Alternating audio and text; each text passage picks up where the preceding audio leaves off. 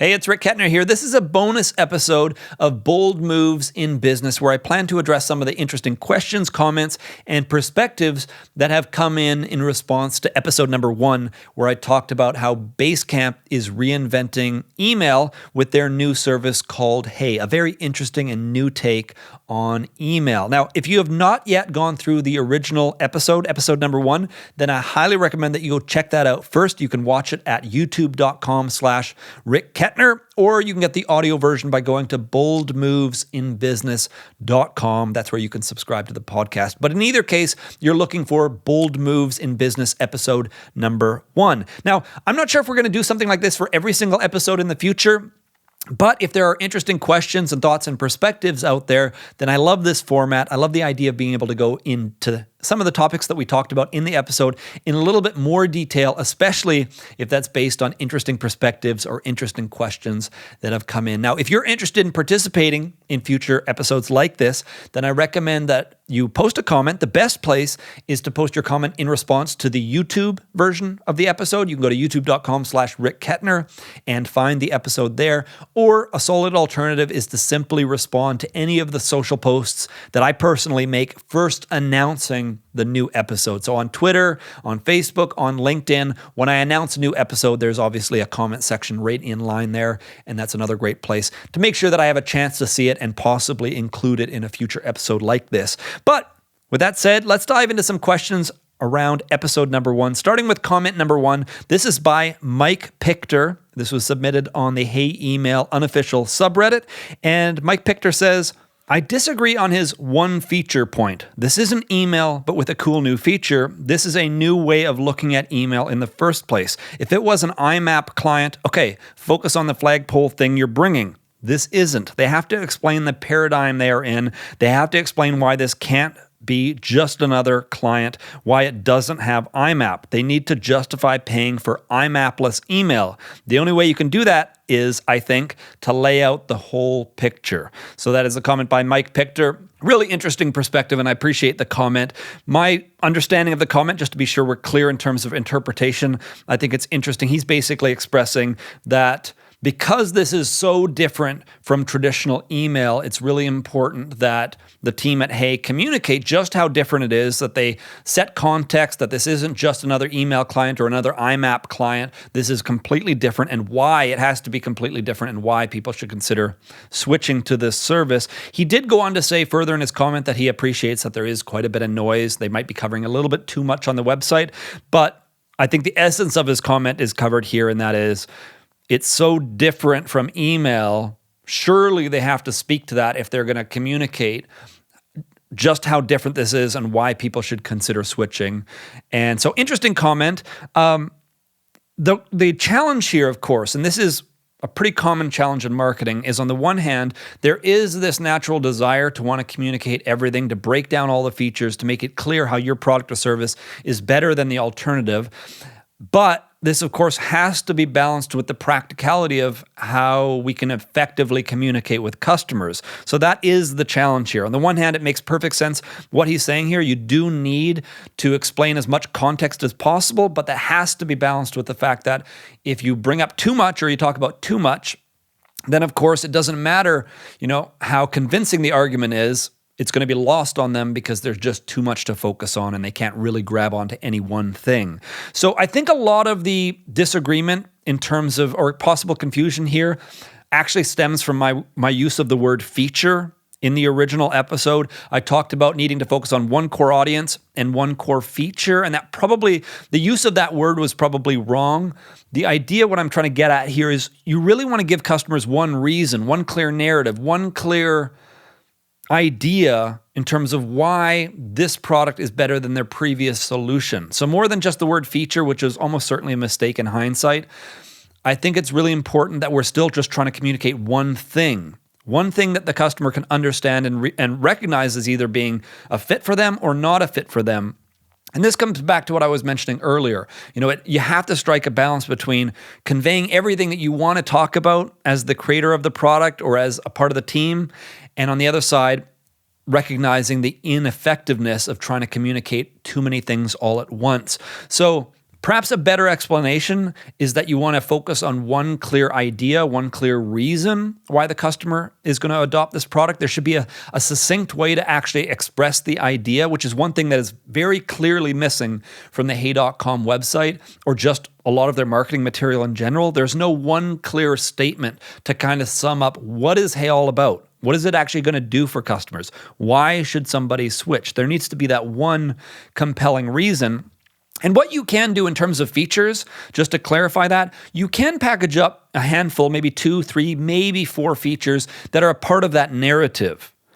And this comes down to the idea of batching and the way that our brains take in information. And so a great analogy for this, if I want to help you memorize, let's say, 70 characters, a string of 70 characters, the best way that I can do that is give you a sentence that uses 70 characters, because that sentence, so long as it communicates a logical idea, is really easy for us to kind of batch and take that in as a narrative and to easily repeat back.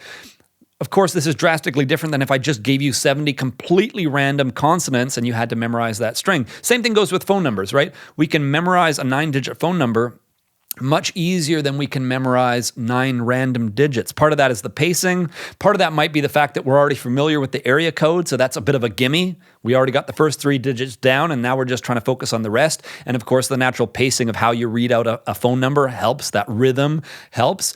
And the same thing is true of story, right? If you're communicating an idea through story or through narrative or through a simple idea, people probably are going to have a natural feel for at least part of that story. So that ends up being the gimme that they already get, and then you're just filling in a few of the gaps, but it's really one idea. Now, I don't want to waffle on what I originally said. I want to be absolutely clear. You're still trying to communicate one thing. It's just batching things together. So what you're not going to do here is try to convey 2 completely different narratives. So for example, what I should have probably explained in that first episode is more the narrative than the one feature. So for example, the narrative might be eliminating unsolicited email.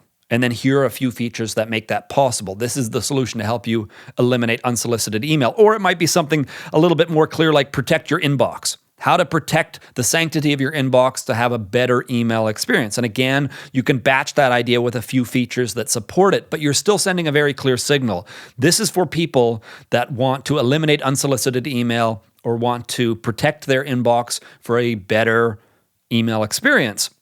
What you don't want to do is have a whole second narrative going on where it's, easier to organize your messages by renaming them or by labeling them or by adding private notes to them. Some of the other features that are available for a product like Hey. You don't want to have competing narratives. You want to have one narrative, and you can kind of batch in a few features that support that idea. But at the end of the day, it should still be one clear message that you're trying to convey to people if you want to communicate effectively. And again, this is a very tough balance, because I understand as entrepreneurs, as product creators, we want to talk about all the nuances of our product. But again, going back to that Steve Jobs analogy from the first episode, the original episode here, you really can't throw 5 ideas to somebody at one time. You have to throw one idea. And if you can combine a few features into one batched narrative, then that can still be effective, but it has to be one thing ultimately that you're throwing to people. So hopefully that clarifies it a little bit, makes it a little bit more practical in terms of information. I don't know, we may still be disagreeing in terms of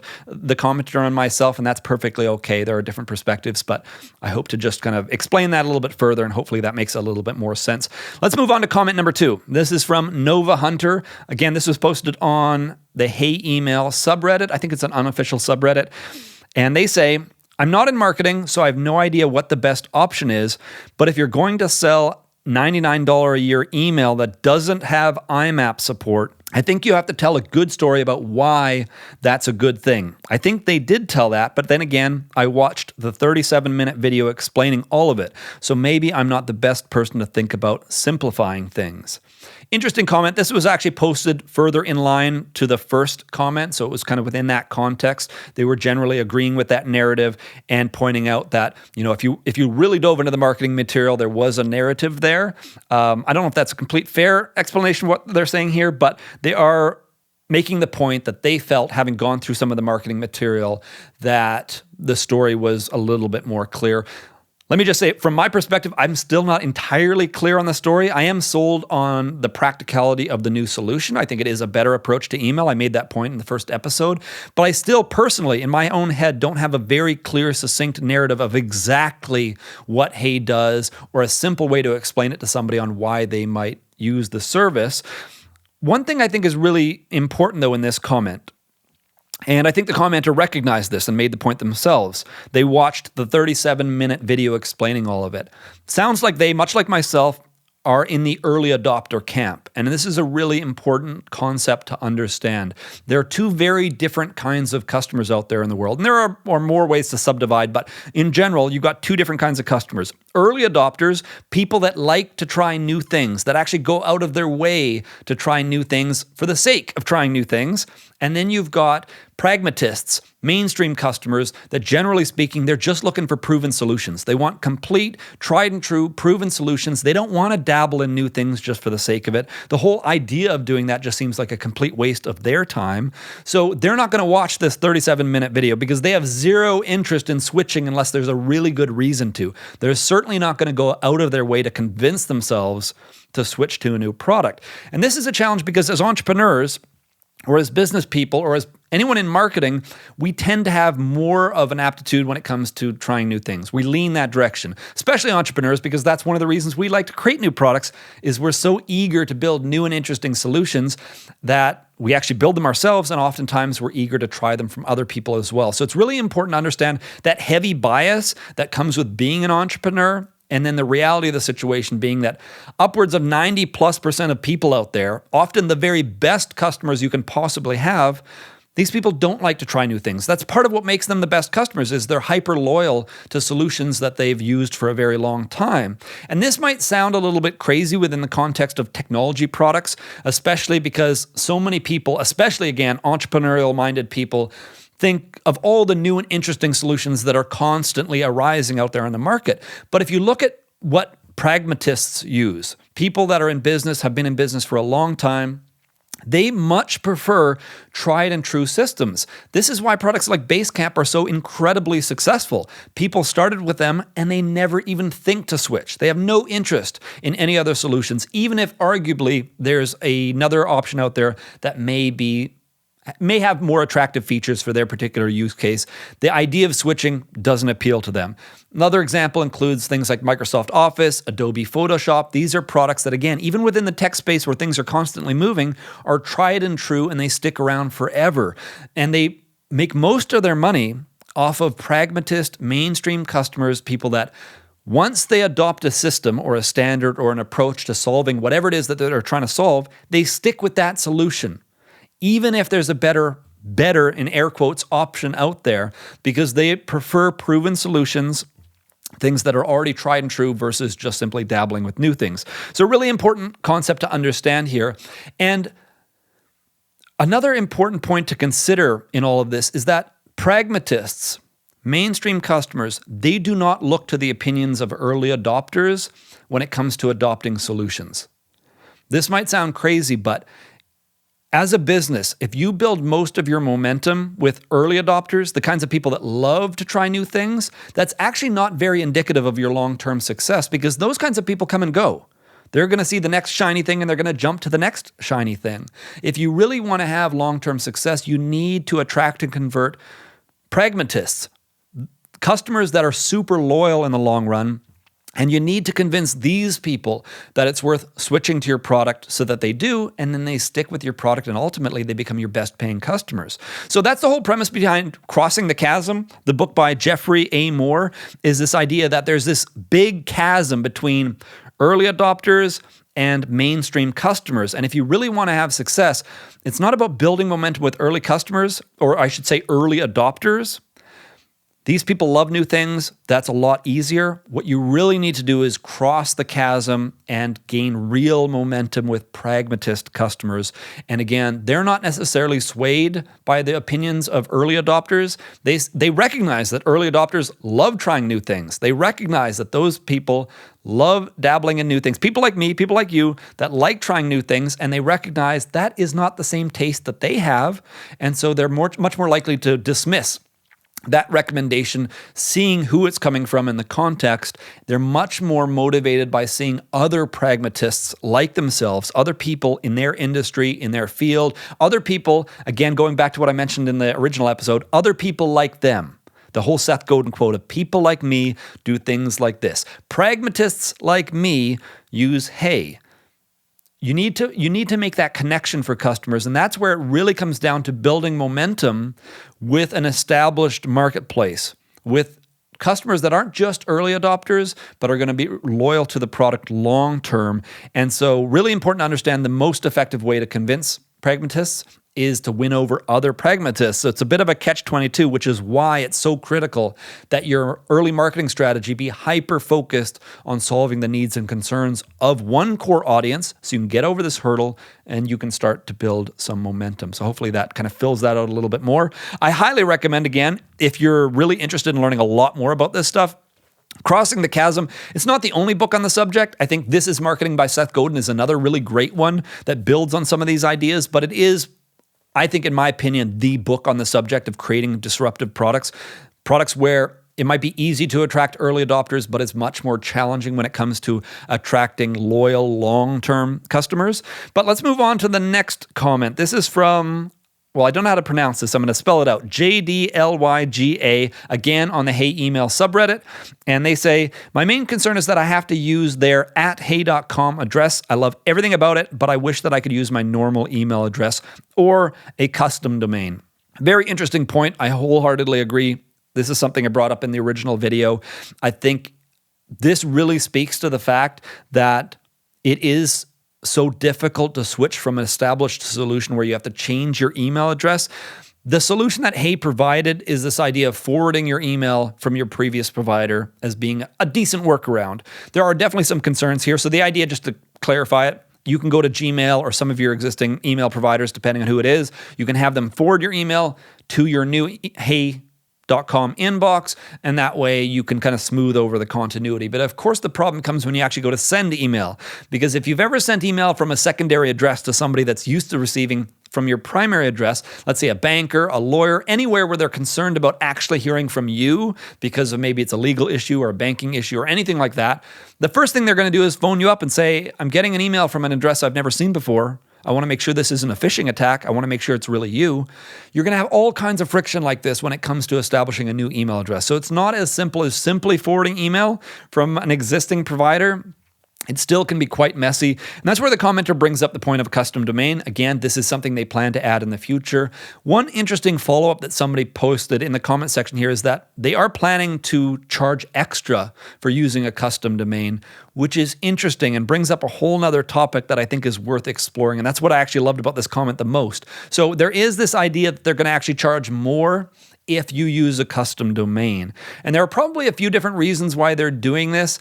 Number one, obviously, if you're using a custom domain, not only is it easier to come into the service, but it's easier to exit the service later, so they have to build that into their model. But I suspect the more compelling reason is they're keeping this a pretty pristine experience in terms of they're not showing you ads. They're almost certainly not including self-promotional copy in your signature, where, you know, if you send an email, this is what Hotmail did way back in the day. You sent an email from Hotmail, and in the footer it would say, want your own free email address? Sign up at hotmail.com. I get the distinct impression that is not something we're going to see from Hey. The founders do not seem to be into anything like that, and I really appreciate that. So really, the only promotion they have in terms of virality from existing users that is just automatic is the fact that you're using an @hey.com email address. So every time you send to somebody, they're going to see that. This comes back to public observability, one of the 6 principles of contagiousness in Contagious by Jonah Berger. This idea that a product is more likely to be adopted by other people if they can actually see visually that a lot of other people out there are using it. So of course, this idea that you're going to see people using an @hey.com email address helps to promote the service, and loss of that does, it costs them money in one way or another. So maybe that's the reason why they're doing this. They may also just recognize this as a very natural upsell opportunity. I'm not entirely sure which the motivation is, but I want to bring up an interesting point regarding the psychology of pricing, because this is really interesting. My very first reaction to hearing that they were going to charge more for custom domains is that this is a bit of a slap in the face to customers. And I mean, that really doesn't hold water when I dive into that further. Let me just be super clear about that up front.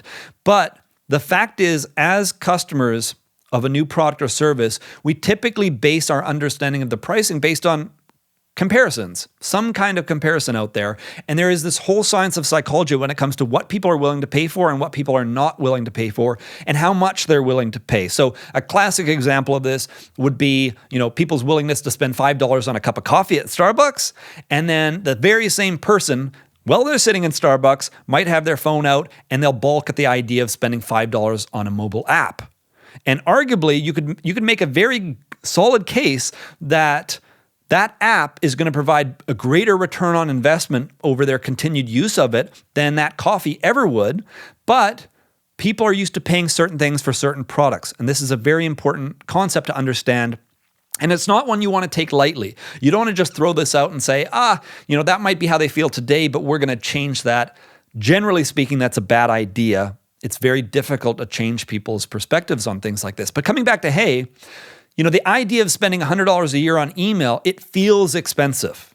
And I stress feels. It feels expensive because we're used to either having email for free, or maybe you work for a business where they already pay for it. Maybe you use something like Google Suite, where for less than that, I don't know the exact number. I do pay for that, by the way. I don't know the exact number, but it is less, but you're also getting Google Drive, you're getting Google Docs, all that kind of thing. You're getting some storage, you're getting some collaboration features for a business account, you're getting email and other things, all for less than you're paying for Hey. So this is the kind of comparison we make.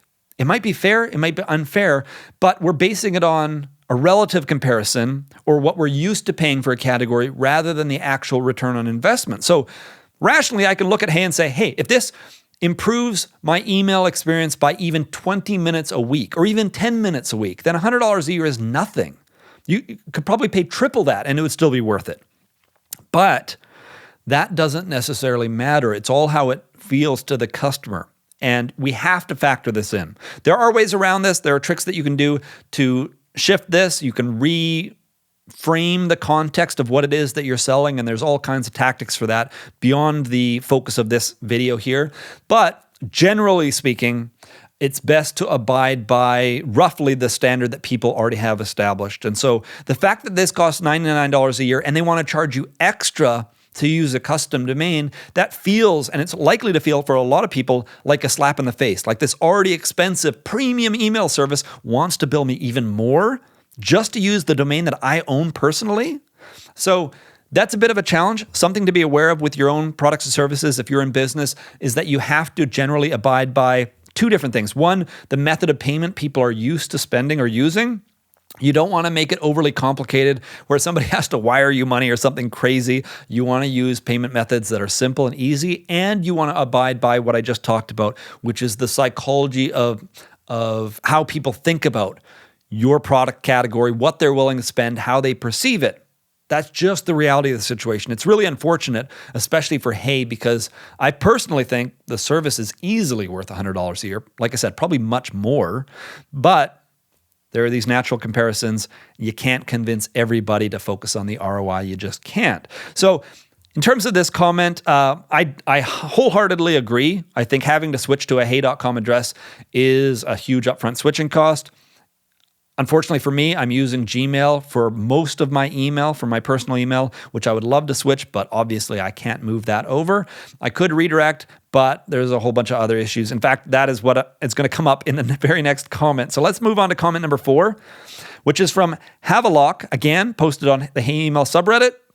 And they say, I can look past a lot of the issues with hey.com, but the one I really can't look past is not being able to import old email. I believe it's 80% that they believe the fresh start mantra, but probably at least 20% motivated by making the accounts much more expensive to service. If I'm understanding that correctly, and I'm not even sure that I read that correctly, but if I'm understanding that correctly, it's this idea that are they really pushing the idea of, hey, a fresh start? You can fresh start with Hey, with an empty inbox. Sounds amazing. Or is there true motivation? The fact is, if you had to import, let's say, 20 gigabytes of email history, well, it would be a lot more expensive to run the service, and that might affect the economics of the entire model, which I think is an interesting point. I'm not entirely sure that that would be a major factor because it's pretty inexpensive to store data these days. I suspect that that would be a non-factor, especially as time continues on. I mean, 20 gigabytes at one point in time was a fairly expensive idea to host, and it's getting cheaper and cheaper and cheaper over time. So I don't know that that would necessarily be the case, but nevertheless, interesting thought. In terms of the issue here, as a customer, I'm in the same boat. I've got 15 plus years of email history with Gmail, and the idea of switching that over to a new service and losing all of that history is a bit of a deal breaker for me personally. The idea of changing my email address, I could probably get over that. There's some initial annoyance and friction there, but this idea that forever, for the foreseeable future, I'm always going to have to maintain this second inbox whenever I want to reference back to something in the history, that's something I actually dealt with last week. I had an exchange with a lawyer. I needed to dig up some paperwork from an incorporation from a while back, from 3 years back. I had to dig up that paperwork. It happened to be in my email, way easier. So the lesson here, or an idea that we could probably take away from this idea, this whole concept, is you always want to think about not only the value proposition that you're offering customers, but what they're losing in transition. And the way I like to think about this is, could you make the sale in reverse? So as HEY, as the team behind the product, you want to imagine a world in where all of the customers out there are benefiting from HEY right now, based on exactly what it is that is being offered. So imagine a world where right now you're using HEY, but you have zero email history, even if you've used it for 6 months. Let's just make up this scenario, right? You've been using HEY for 6 months, but you have zero email history. You're loving the new features. You're loving how easy it is to use this workflow compared with traditional email. You love the inbox and their whole approach to blocking out unsolicited email. You get the idea. You're loving the product. Somebody comes along and they want to sell you on the opposite. They say, hey, you could switch to Gmail. And it's not going to have quite the same experience. It's going to be pretty comparable. You're going to be able to use IMAP support, which means you can use other apps that have their own features that enhance the experience. So there's that benefit. It's an open platform. That's a nice benefit. And magically, we're going to restore your email history that you never even had in HEY. Bear with me. This is a bit of a stretch, but I hope you're getting the idea here. We're going to restore your email history. That's something you're going to magically have that you don't currently have with HEY. Could you sell people to switch back? This is an interesting little exercise to demonstrate to yourself just how difficult it is to sell people on a switch, because you're not just selling them on what's new and interesting and better about your product.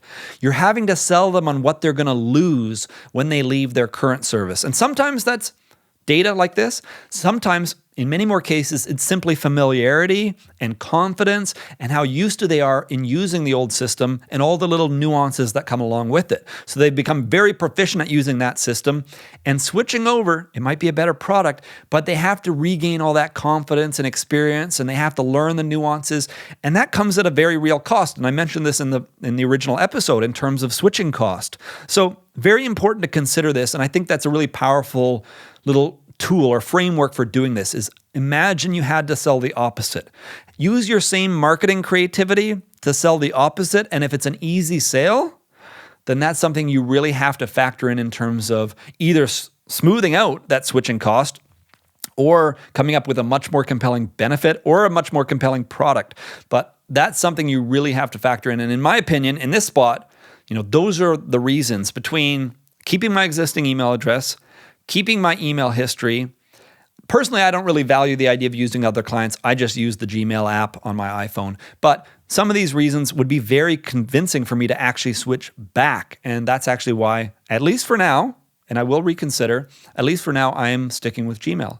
Anyway, those are the questions that I hope to address in this episode. That's it for this episode. We might do something like this again for future episodes.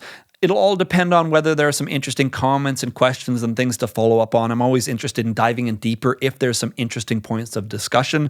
So the best place to comment if you want to participate, if you want the potential to have your comment or question mentioned and addressed in a future episode like this, then I recommend that you reply to the YouTube episode by going to youtube.com/Rick Kettner.